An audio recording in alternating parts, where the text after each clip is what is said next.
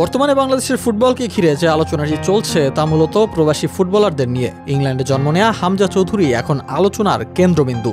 জাতীয় দলের জার্সি গায়ে চাপানোর আগেই তিনি বাংলাদেশের এক বড় সুপারস্টারের মতো পরিচিতি পেয়ে গেছেন।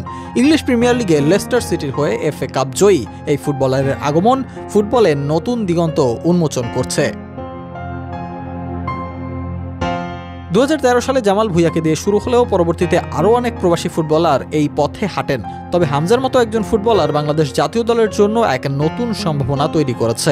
এছাড়া ফাহমিদুল ইসলাম, যিনি ইতালির চতুর্থ স্তরের ক্লাবের হয়ে খেলেন, তাকে সৌদি আরবের ক্যাম্পে যুক্ত করা হয়েছে। তার প্রতিভা নিয়ে বাংলাদেশ কোচ হাভিয়ের কাবেরার দৃঢ় বিশ্বাস রয়েছে। এদিকে প্রবাসী ফুটবলারদের জাতীয় দলে জায়গা পাওয়ার বিষয়টি নিয়ে কিছু বিতর্কও রয়েছে।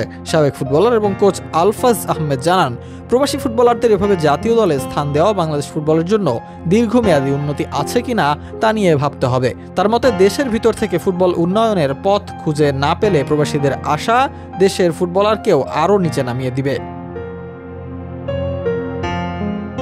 তবে সাবেক তারকা ফুটবলার শেখ মোহাম্মদ আসলাম বলেছেন, জাতীয় দলে প্রবাসী ফুটবলারদের অংশগ্রহণ সঠিক পদক্ষেপ হতে পারে, তবে দেশের ভেতরে তৃণমূল ফুটবলে নজর দেওয়া অত্যন্ত জরুরি। তিনি মনে করেন, দেশের ফুটবল যদি সঠিকভাবে এগোতে চায় তাহলে প্রাথমিক লিগের উন্নয়নে আরও জোর দেওয়া উচিত।